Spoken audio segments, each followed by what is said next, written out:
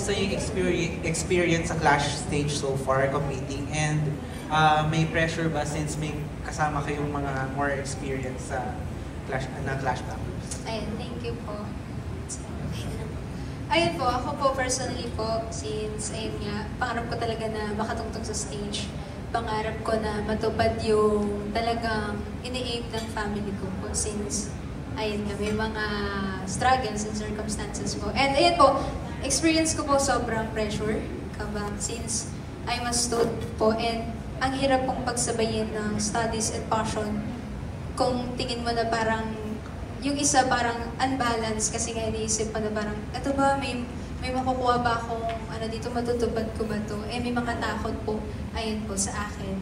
Personally, natatakot po ako kasi hindi ko po alam yung mangyayari. Pero thankful po kasi binigyan po kami ng The Clash ng pagkakataon na mapakita po yung mga talent po namin, yung mga kakayahan po namin, and sa amin po ng mga new Clasher po, sisiguraduhin po namin na gagawin po namin yung best po namin. Ayun po, thank you po. Hello po everyone, I am Marian Pimenta. And yung experience ko po sa The Clash, since noong una-una po talaga, hindi ko yung na-expect na makakapasok ako kasi parang nagda-doubt na po ako na sabi ko, bakit ko ba itutuloy? Hindi naman ako mapapasok sa callback. Sa hina ng boses ko, mapapasok yung gantong voice. Eh, sa napapanood ko sa The Clash, syempre mga bakbakan talaga mga boses dyan. Pero habang tumatagal, parang tinatry ko na tinatry, nakapasok talaga ako. So yung experience ko, sobrang unexpected. And habang tumatagal siya, parang lalong kinakabahan kasi mas maraming pressure, mas maraming challenges na bago dumadating. Pero natutunan ko pong i-enjoy yung The Clash dahil hindi lang po sa, yun nga po yung mga staffs na mababait din. Yung mga Clashers po, yung old at new Clashers, sobrang ano po nila, welcoming nila sa amin and naging friends po kami. Yun naman pong sa mga Clashbackers po kung may pressure. May pressure po nung una. Pero along the way po, sobrang naging friends na po ako sa kanila and na-attach na din po ako. So para pong mas malulungkot pa ako na mapapahiwalay ako sa kanila kung sakali. Yun po. Kaya hindi na po ako nape-pressure dahil na-enjoy ko na lang talaga siya. Thank you po. Ayan. Hello po, my name is Mitzi Josh. And yung experience ko po sa Clash Arena, sa loob ng Clash Arena, halo-halo po kasi siya eh. Talagang pag nandun ka, yung naghahalo yung kaba, and at the same time, sobrang lamig po kasi sa studio. And yung wardrobe din, iba din, grabe, halo-halo. And iniisip mo pa yung performance mo and yung lyrics at the same time. Pero sobrang saya po kasi before joining the Clash, nakafocus po talaga ako din sa acting. And I can say na before joining the Clash, hindi ko pa masyadong kilala yung sarili ko as a performer. And after the Clash, doon ko mas na-realize kung ano ko as a performer. And I'm really, really thankful na binigyan po ako ng opportunity and nahanay po ako sa mga new Clashers and of course, sa mga Clashbackers po na sobrang gagaling and dapat nyo rin pong abangan. And kung may pressure po, in all honesty, talagang meron po talaga. Pero iniisip na lang po namin lahat na i-turn yung pressure na yun into good pressure para lalabas din po siya sa performance namin. And lagi namin iniisip na although it's a competition, at the end of the day naman, kami-kami lang din naman po ang magkakasama.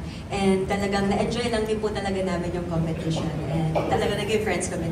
Tama po yung yung sinabi ni Marian. And nakahanap din ako ng second family, which is my new Clash. Clashmates. Yeah, thank you so much po. So, hello po, I'm Divine Camposano. To start off po, big fan po talaga ako ng The Clash ever since. Gaya po niyan, yung kaya na Kuya Joe Madalide po, I've been into their shows po, like ball shows. Minsan po, hihilain ko po si Mama at aayain ko siya na mapunta tayo sa mall show din na Kuya Joe kasi idol ko sila.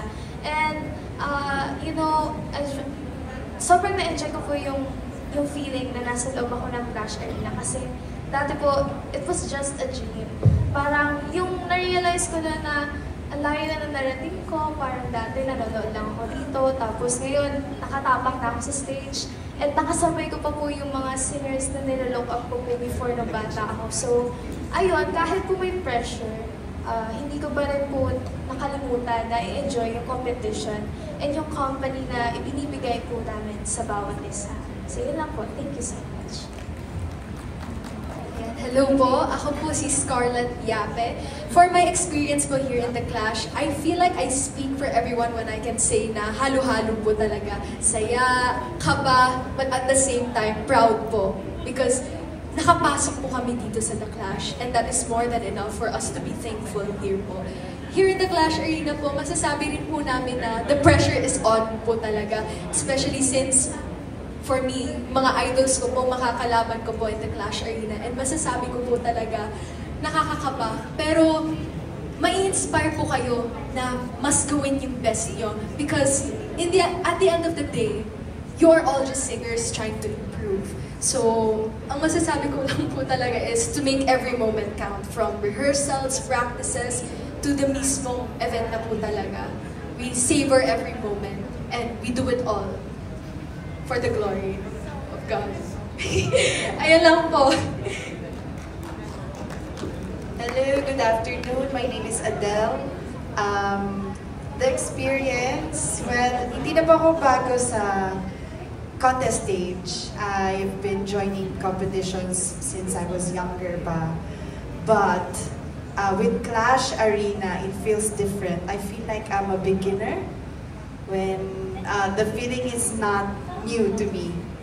So, it's something that excites me with Clash because kaya ko pa pala ma-feel na I'm a newbie. Pwede pa pala kahit experience ka na, kahit tenured ka. May natutunan ako and I think I'm gonna keep that for the rest of my lifetime. The pressure, kahit saan po yan ang larangan, the pressure will always be there. But again, I'm grateful to be part of this toughest, sabi nga po ni Miss Lani, the toughest season by far ng The Clash. I'm honored and privileged to be part of this season kasi to be able to be rubbing elbows with this experience, sorry, hindi galing sa akin yung term, the veterans. Nagra-rub elbows ako sa kanila when pare-parehas kami ng, almost the same kami ng intensity ng experiences sa competitions. And they're all humble. Dapat nga ipe-pressure nila kami, but it's the opposite. They lift us up. They boost our confidence, our morale.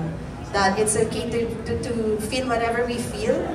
What's important is we prove ourselves through our music. So, maraming salamat Clash, family, sa ating panels, and sa ating Clash Masters.